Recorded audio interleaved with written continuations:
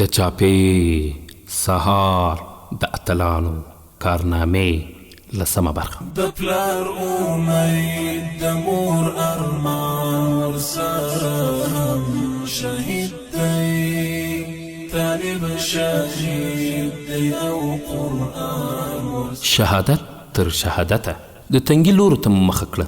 د لارې په اوږدو کې ګام په ګام د شهیدانو جنډې ولاړې دي. دا ښایسته دره لوی رب جل جلاله په طبیعي ښکلا ونازولې ده. په منځ کې لوی رود بهیږي چې د میدان وردګو ولایت له دنګو غرونو سرچینه اخلي. ښایسته باغونو یې زینت لا نور هس کړی دی.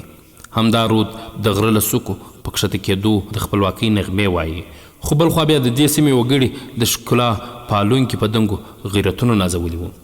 دوی د راغلو امریکایانو او ناټوګۍ په وړاندې د اوسپنیزو دیوالونو په شان محکم ولاړ وو. د دې جنتي سیمې وګړو د غیرت داسې نمونې د تاریخ په شمله وټومبلې چې تاریخ د حیرت په ټال وزنګاوه. د تنګي د رود نینګان یې د دښمن په غوښو ماړه کړل.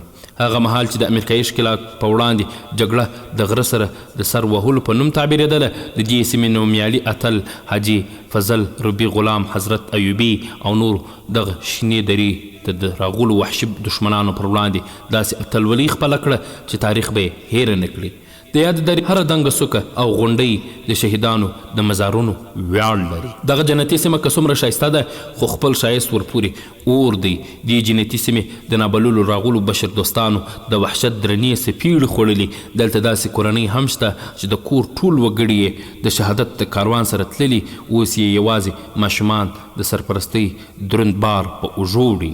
د دې درې مساجد هم د شین سترګو له لورې وران او کنډواله شول.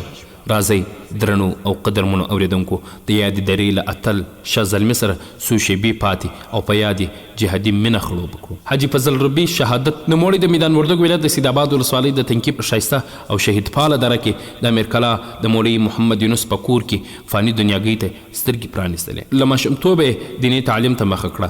د الله جل جلاله د سپېڅلي کلام د ترجمې تر څنګ یې آن تر تکمیلې پورې درسونه ولوستل. نوموړی آن له وړکتوبه د هیواد له ازادۍ سره مینه لرله. په مخ یې تور خط نه و پورې شوي چې جهاد ته یې مخه کړه. د ځوانۍ سپرلی داسې مهال تان شو چې په هیواد مو روسي ښکېلاک حمله کړې وه. د روسي ښکېلاک په وړاندې د جهاد سپېڅلې فریضه په خورا متانت، میړانه او لوړ عزم ادا کړه. د نوموړي شهید ورور ملا فضل الرحمن صابر راته وویل حاجي صاحب د روسي ښکېلاک پر مهال د میدان وردګو سربیره د لوګر ولایت د ګڼو عملیاتو برخوال و.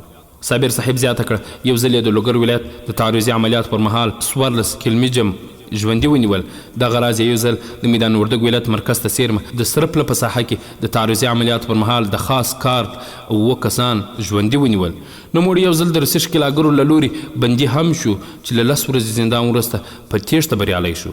کله چې اسلامي امارت په هیواد د رڼا سرکونه وهل او دغه کاروان له کندهار پیل او غزني ته راورسېد، حاجي فضل ربي له دوی سره یو ځای شو. حاجي صاحب اکثر وخت په لومړۍ لیکه کې د جنګېدلو د تحریک پر مهال د کندوز ولایت امام صاحب ولسوالۍ د ولسوال په توګه، دغه راز د پکتیا د ځاځي اریوب او ارمي ولسوالۍ د ولسوال په توګه جهادي خدمت کړی. نوموړي په ثقیله او خفیفه اسلحو کې ځانګړي مهارت درلود. په 82 او راکټ یې ساری نه لیدل کېده. کله چې صلیبي یرغلګرو د زمریالیو په هیواد هجوم راوړ، نوموړي یو ځل بیا ټوپک ته لاس او چنټه په غاړه کړه. د اشغالګرو په وړاندې خړ سنګر د ځان لپاره انتخاب کړ.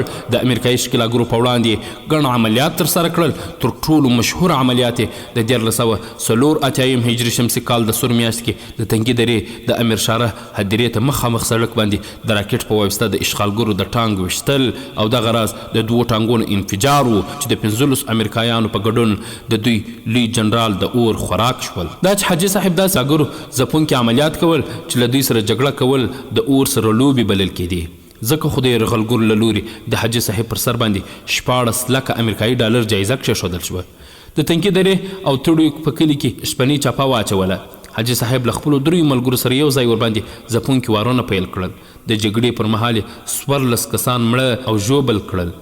بالاخره د شدید بمبار له امله دغه اتل او 2 ملګري د 1484 هجري شمسي کال د جزا په 20 نیټه د خپل عمر په 40 کلنۍ کې د شهادت د کاروان مل شو. انا لله و انا الیه راجعون. عرفان ورسره هم شهید دی، طالب شهید دی او قرآن ورسره هم شهید دی طالب شهید دی او قرآن ورسره هم شهید دی د پلار امید د مور ارمان ورسره هم شهید دی طالب شهید دی او قرآن ورسره هم شهید دی طالب شهید دی او